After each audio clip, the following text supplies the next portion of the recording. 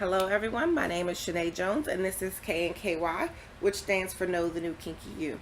I am a certified sex coach working to break down some of the barriers that a lot of people have regarding sex and sexuality and getting us to a common ground where we can have conversations and address issues and be able to work towards having a great sex life. It's something that we all deserve. Sex is one of those pleasures in life that, should be happy moments. And for a lot of us, sex and being intimate causes some stress. So there are things that people face that they really don't understand and that working with a sex coach can help. So for instance, this is a series on the female orgasm and we've done a couple of shows already, but this one is called Preorgasmic secondary. Now we've talked about preorgasmic primary, which is the inability to have an orgasm alone or with a partner. Now preorgasmic secondary is where a woman has the inability to have an orgasm with a partner. So she is skilled in her masturbatory technique and can achieve orgasm. However, there's something that happens when she's with a partner that it becomes less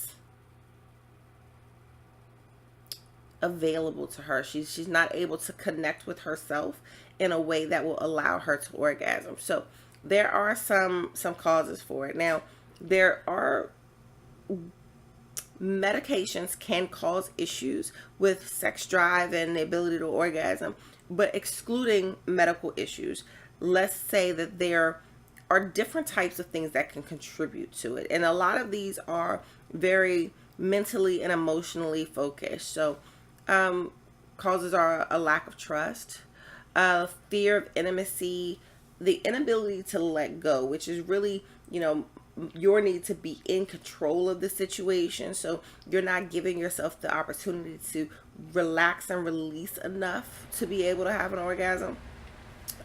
You could be with an unskilled partner. So, if you're with somebody who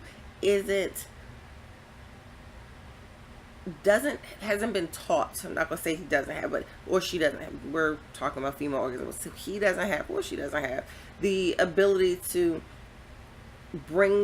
elicit the arousal out of you, then you could run into an issue. There's also the lack of permission to be sexual with your partner. So there are things where you perhaps could feel very reserved about or uncomfortable with, so you don't give yourself the permission to be fully engaged in the sexual activity. A pattern of faking an orgasm. So earlier we talked about how faking an orgasm can help to produce a real orgasm, but that's when you're in the mindset of doing that as opposed to creating a way not to upset your partner or not to hurt their feelings because you want them to feel like they've done something. I've said it before, men do not create an orgasm for a woman. They are aids in allowing it to happen. We as women control our orgasms, and if we are blocked in any way, then it's much more difficult for it to happen. So sexual ignorance is also an issue where, again, if you have not taken the time to get to know your body or get to know you as a sexual person and how your sexual response cycle works, then you are not going to be very inept with trying to put yourself in the right position for sexual gratification.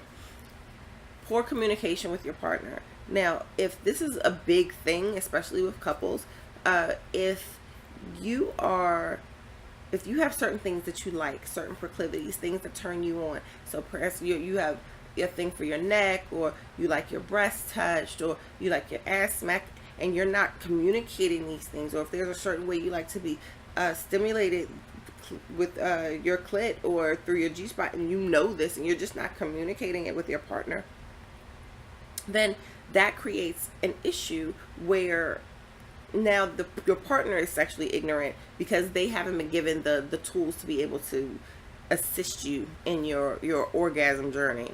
So some options for resolution.